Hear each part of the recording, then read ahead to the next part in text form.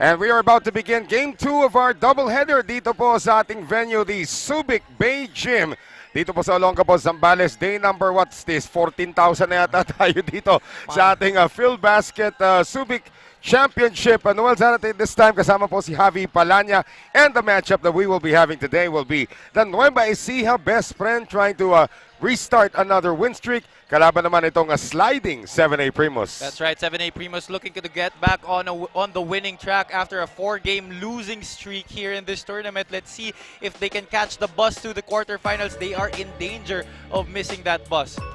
Well, titignan po natin dito yung huling outing nitong kupunan ng Nueva Ecija Bespren after losing to FSD Makati Army. They finally got a bounce-back win over a very tough opponent. Dito kupunan ng Medical Depot, 79-76. That's right. That was a very confident Medical Depot squad.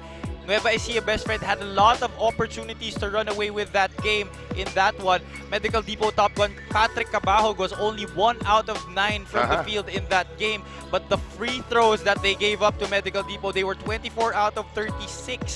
Those were the free throws given up by the Nueva Ecija Bespren in that game. But however, they were able to come up with that victory in the end game. Nakita naman natin 14-point lead and the points in the paint. Karamihan doon layup. So that was one of the reasons why ito Nueva Ecija was able to eke out that very, very close win over a very tough Medical Depot unit na nandun pa sa kanila yung leading MVP candidate natin, Simon Camacho. That's right. And in that game, Mark Cruz, not your usual suspect, he led the way. He led 5 players in double figures for the Nueva Ecija Bespren. It was a splendid game for Mark Cruz. He also had 8 rebounds in that game.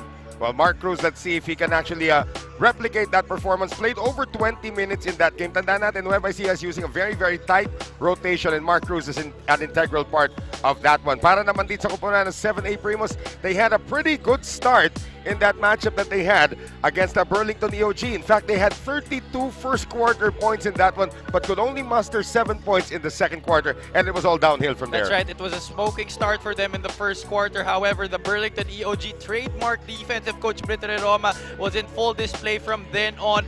They did shoot 11 out of 30 from the outside in that game. However, most of that, a lot of that coming in garbage time already. They were 18 out of 55 from inside the arc and was just totally dominated by the energy on both ends nitong Burlington EOG. Well, Burlington EOG picked up a major upset coming into this game when they defeated the Davao Occidental Tigers. Coco Life now for 7A Primus. They have to get things going from one of their minutes leaders, itong si AJ Coronel, who actually did a pretty good job leading the team in minutes in that game and also very efficient. That's why he also had 12 points, 8 rebounds, and 3 steals in that game. And Joseph Marquez, Diego Dario coming up with big numbers also, but none other 7A Primus players was able to give significant contributions outside of John Rosagas, who had 9 points. John Rosagas, of course, had most of those points in the first quarter also. So we're about to get underway dito. Itong kupunan ng Nueva Ecija Bespren trying to hit the 5-win mark to keep in pace with the leaders as we wind down the preliminary round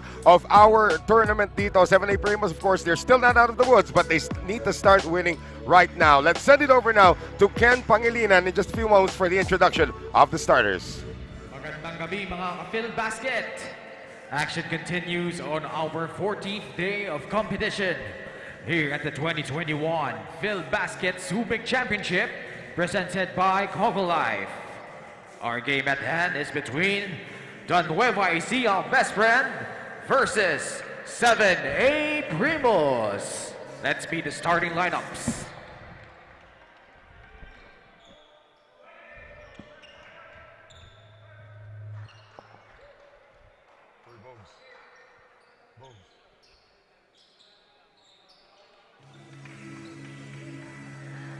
And now the starting 5 for Nueva Ecija Bespren.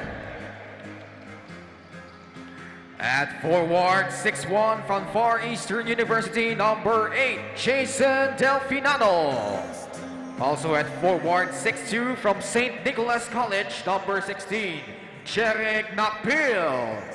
At center, 6'4" from Jose Rizal University, number 24, Mark Neil Cruz. At guard, 5'8" from Arellano University, number 21, Jordan Engel. And at the outer guard, 6'1" from the University of the East, number 7, Renz Palma. Their coach is Toto Dohilio.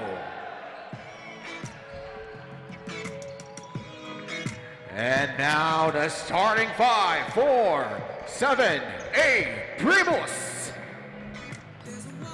At forward 6'2" from University of Perpetual Help System Dalton, number 9, AJ Coronel. Also at forward 6'5" from the University of the Philippines, number 15, Jello Vito. At center 6'6" from Colegio de San Juan de Letran, number 3, Pau Havillonar. At guard 5'10" from St. Clair College, number 28, Marte Hill. And at the other guard, 5'7" from Far Eastern University, number 91, Achi Inigo. Their coach is Anthony Brodette. Our game officials, crew chief Joel Tolentino, referee 1. So not only do we have a almost completely new starting lineup para 7A Primus, but again, they will have a new coach in this game. That's right, Anthony Burdett, their coach in this game in lieu of Coach Justin Tan. Nueva Ecija Bespren going with their usual suspects in the starting lineup. And Pau Havillonar, Jello Vito starting alongside in each other in this ball game. Usually, ito yung nagkakapalitan sa rotation ng 7A Primus. At para naman sa Nueva Ecija Bespren, this has been their starting unit for practically the entire tournament. Tandaan natin, they have a very, very tight rotation. They only field in 10 players. So let's see if these 5 players can get the job done early para dito sa Nueva Ecija Bespren. So we are about to get underway. Of course, the starters brought to us by TM Easy Surf 99. So day number 14, game number 2 of the triple header here. Preliminary round pa rin tayo. Hindi pa rin nag-work yung rest ko. This first quarter brought to us by TikTok. So first possession going over to 7A Primus. Marte Hill running the pick and roll with Pau Havillonar. Sana ganun kadali parate. And so far, that experiment for Coach Anthony Brodette has worked here. Jello Vito and Pau Havillonar starting alongside each other, and Havillonar getting the opening basket of this ball game. Nueva Ecija Bespren, of course, likes to run. Let's see if they get that done early, as we have an outside shot coming from Jeric Nakpil, and he's actually been quite good at that. Silang dalawa ni Emons Bonleon. Oh yeah, definitely. Pag iniwan mo si Jeric Nakpil from that distance, that's more often than not will get the ball into the hoop. That's part of the Toto Dohilio system. You always have to have that stretch 4 that can make the defense pay for leaving them open. Zone defense naman ang nilalaro ngayon nito Nueva Ecija Bespren. And that is a tough fall away for Jello Vito. Jello Vito has had his confidence going up in this past few games. No, he usually doesn't really initiate his offense. Usually he gets his passes, catch and shoot lang yan. Yeah, but you love the way Vito has actually expanded his range. Dito tandaan natin, bawal tumira sa labas yan nung bago sa UP. Now he's hitting 3-pointers regularly. As we see this again, this is a tough one because malaki rin yung nakabantay sa kanya doon in Mark Cruz, and easy one there for Jello Vito. And that was with Mark Cruz hands outstretched on that play. So Renz Palma heading to the free throw line, one of their leaders, one of their heroes. Actually was the hero, I believe, in the game, which they defeated itong kupunan ng Pasig Santa Lucia. That's right, but in their last game, although he had 13 points, was just a measly 5 out of 17 from the field, 29.4% lamang. He had to bleed for his points in that one.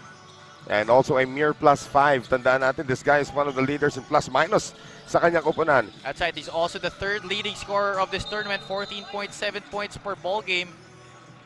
And Marte Hill dribbles out of bounds. Our score is tied at 4 right now. Jordan Ingel. Blowing hot and cold so far si Jordan Ingel dito sa ating torneos. There would be games that he'd be stellar. There would be games he'd just disappear. Let's see which one happens today as he misses that layup. Here comes Hill into the front court ngayon. Going cross court now to Achi Inigo. Lalabas, Jello Vito passes up on the shot. Hill, nice ball movement here para sa 7A Primus. They get it now to Coronel. Still lots of time on the shot clock, 10 seconds to shoot.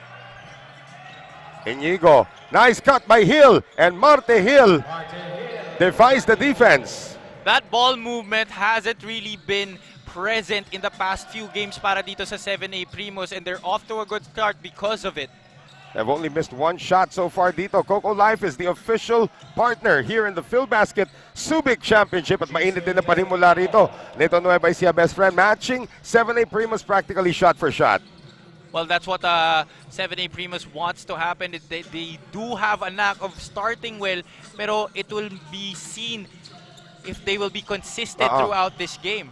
Avillonar with the up and under. Good bother that time provided by Jeric Nakpil. So 7 minutes and 20 seconds remaining dito sa ating first quarter. Tandaan natin, Nueva Ecija Bespren is among the top teams in the league in terms of the team standings. And if you were going to do the power rankings, we keep on going back to that as we go back to this one. Our grab kitchen delivery of the game, Achi Inigo finding itong si Marte Hill. And of course, yung grab kitchen mo, bukas na yung kanilang branches sa Commonwealth and Bacoor, and the Pampanga branch is soon to open. There's going to be an offensive foul called. Now, if you were going to go back to the power rankings, Nueva Ecija is nowhere supposed to be near the top 5 in the league. Yeah, I mean, we really did not expect this kind of performance coming from Nueva Ecija Bespren. You have a lot of unknown guys here, some veterans definitely on the team, but you really did not expect them. If you're going to look at all the teams paper by paper. Yeah. Hill, nakatakas na naman. Kangkarot in action. So far, the defense of the Nueva Ecija Bespren letting itong 7A Primus get into the interior a lot. Diego Dario seeing his first action of the game. Early sub para kay Achi Inigo. And on the pass-off nitong si Renz Palma, foul is gonna be called on Pau Avillonar. Diego Dario definitely one of the guys they want to get going early on kasi pag pumutok si Diego, more often than not, they have a good chance of getting the win in the game. Diego Dario had 13 points in their last outing. However, it was only 5 of 12 from the field and 2 of 6 from the three-point range. He actually did most of his damage in the first half. That's right. Tapos na blanco na no second half as we have this drive by Cruz. Doesn't work. 8-6, 7A Primus. AJ Coronel, too many white shirts. Ilalabas, nice fake again by Avillonar. Dario using the Avillonar pick, drops it inside to Pau, and the layup is good. Very unselfish basketball being shown by 7A Primus here. And that is something that really Diego Dario has to develop right now. We all know he is a great and capable scorer, pero pag nablanka na siya ng depensa sa scoring niya, he has to evolve into a facilitator and playmaker for his team. At ito nga, si Diego Dario, as they lose possession. Former PBA player. In fact, I keep on mentioning at this time last year, as we have a botched fast break that time, at this time last year, he was playing in another bubble in Clark for Blackwater. That's right. Coronel, yes. Medyo nabahala si Coach Toto Duhilio. It's another hot start para dito sa 7A Primus. 12-6 ang kanilang abante rito, and everybody playing unselfish basketball. Most of their shots have been assisted on. And it is a 6-point lead now for 7A Primus. A timeout called by Nueva Ecija Bespren. Timeout brought to us by Stig Roasters.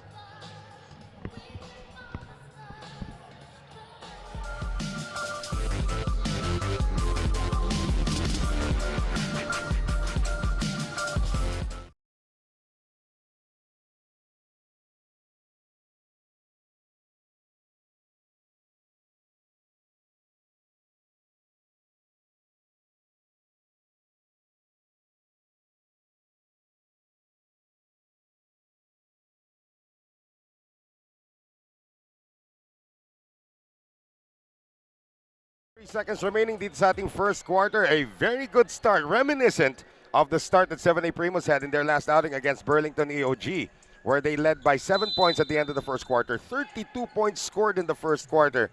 And ito ngayon, let's see if Nueva Ecija can actually adjust to this. That's right. They have a tendency kasi to really rely on their outside and perimeter shooting. Wala masyadong inside activity para dito sa 7A Primus, and that's why what we're seeing right now, this is a good development para dito sa 7A Primus because they can use this to mix up their offense and to keep the defense guessing all the time. Well, they have not yet fielded in their number 1 scorer, itong si Joseph Marquez. Meantime, Mbons Bonleon had a great game in his last outing but lost the ball. Here's Marte Hill.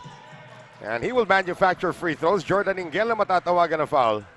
This is also one thing that they have to do against this Nueva Ecija Bespren team. Nueva Ecija definitely the taller team here as we look at this outlet pass by AJ Coronel to Marte Hill.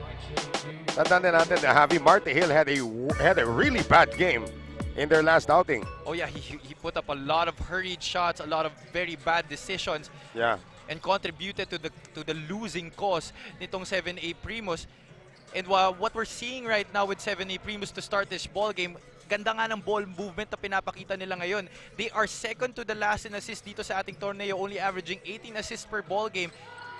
And of course, that free throw brought to us by Wilson, the official basketball of the Filbasket Subic Championship. Havillonar for 3. And that's going to be a foul on Coronel. We saw that. Hinampas niya yung braso dito ni Mark Cruz. Going back to Marty Hill, Javi, he played a lot of minutes, 21 minutes, more than 21 minutes in that game. Was only 1 for 5 from the field. Picked up 4 turnovers, and that was tied for team high pagdating sa turnovers. That was really bad game for Marty Hill last time. That's right, sobrang pinagpiestahan siya ng depensa nitong Burlington EOG. They took advantage of him being rattled and making bad decisions. Well, itong si Coach Anthony Brodet is giving him a new lease on life dito. Second chance as a starter. He usually comes off the bench until the last game. That was the first time he actually started in the tournament. They would usually start guys na itong sila Diego Dario would usually get the start at that point guard position. So 13-6 or 13. That's right, but yun nga, new lease on life para dito kay Marty Hill, and so far he has making a good account of himself. 5 points already in the ball game. Yeah, he had 4 in the last outing. Here is Dario for 3, and he is off to a good start as well. Tanda natin, Diego came off the bench, also came in at the 8-minute mark. And that thing dito, clipper na may dala, pero biglang may kwento yan Mami, as we take a look at this Diego Dario 3-pointer in the face of Embons Bonleon. Ano ba kwento dyan? I was just looking at it, browsing through Instagram yesterday. And then I came across this Instagram story of Marky Mercado, and then naggugupitan sila sa kwarto sa room 505 ng Best Western Hotel. Ganon, ha? At ang may dala daw ng clipper, si Achi Inigo. Ang barbero, si Damian Lasco. Damian Lasco, so we should call him the barber now, ha? El Barbaro, pag pinasok dito si Damian Lasco mamaya. Ba't si Achi parang hindi yata nagpagupit? Yun nga yun ang pinagtataka ko. Siya yung may dala ng clipper, pero siya yung hindi nagpagupit. Natakot. Natakot yung ganon. James Martinez, just came into the ball game. Wala pa 5 segundo na foul kagad siya. Severus is now over the limit and able to get the 2 free throws to drop. 7-point lead, 9 points pala was the largest here para sa 7A Primus in the first quarter. James Martinez wasn't able really to have a good game last game. He did play 29 minutes but only had 5 points. 2 out of 9 lamang from the field itong si James Martinez. So talagang na-stymie ng depensa ng Medical Depot yung mga top guns ng Nueva Ecija Bespren. But thankfully, they were able to, other players were able to step up. Every scouting report should have James Martinez on their list. As ito ngayon si JP Sara, who also had a bad game in their last outing. Luckily for them, they won. Lead has been cut down to 5. Dario going inside Destacamento. Extra pass to get to Gelovito. Lost possession.